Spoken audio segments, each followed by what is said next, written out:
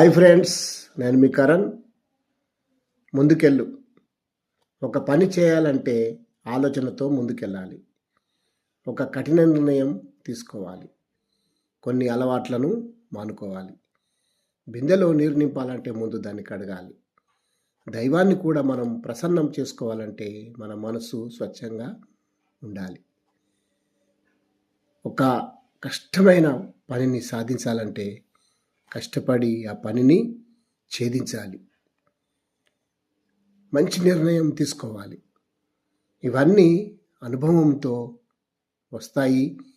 ఆ అనుభవంతో ముందుకెళ్తే నీకు మంచి జరుగుతుంది. ఒక ఇనుప వస్తువును వేడి చేసి మనం దాన్ని ఏ వస్తు రూపకంగా అయినా మలుచుకోవచ్చు.